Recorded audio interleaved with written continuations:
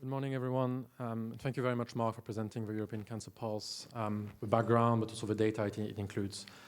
So this new tool we have been developing and we're launching this morning is not only about these figures and pictures, it's very much of an interactive tool which we wish all of you to be able to use, but also to contribute to really demonstrate the entire extent of cancer inequalities across Europe. And so this is the reason why we thought to give you a bit of a quick virtual tour through the tool to explain you how to use it. And so we encourage all of you in the room to also do it at the same time. So you can see now on the screen actually the main page of the European Cancer Pulse with all of the information about the project and also at the bottom about our inequalities network, which have been supporting the whole delivery of the Pulse, and also all of its other supporters here. And so by simply clicking on the map here, you will be able to access the Pulse itself.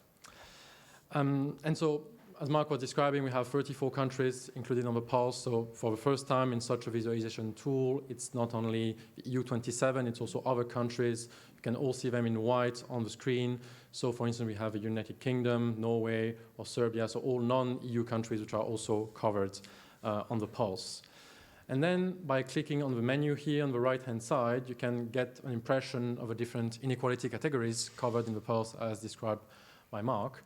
And so, for instance, if you click on cancer treatment, let's say, and on any countries, let's say Germany, you can here see all of these different inequality topics on cancer treatments, and you can select across any of them, and you will have actual data being shown under each of them. So, for instance, using the Pulse, you're able to directly see, as Mark was explaining, that Germany has more than 1,300 nurses per 100,000 inhabitants.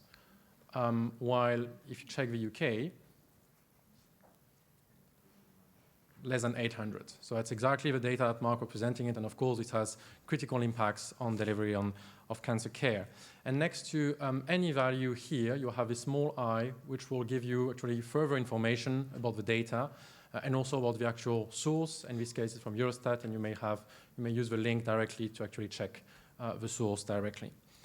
And so very similarly, you may use the different button here, social inequalities, to actually check all of the cancer data we have on the impact of things such as age, education, income, gender, and all of these other social determinants of cancer inequalities across Europe.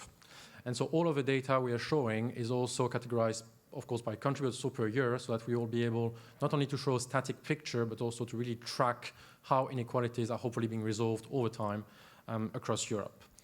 So hopefully this gives you a bit of an impression of how the Pulse is working, and we really encourage you, all of you again, to use it.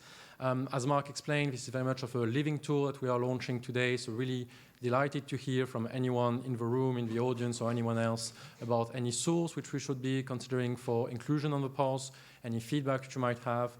You may use directly the Submit New Data button here on the right-hand side, or of course, otherwise contact us directly.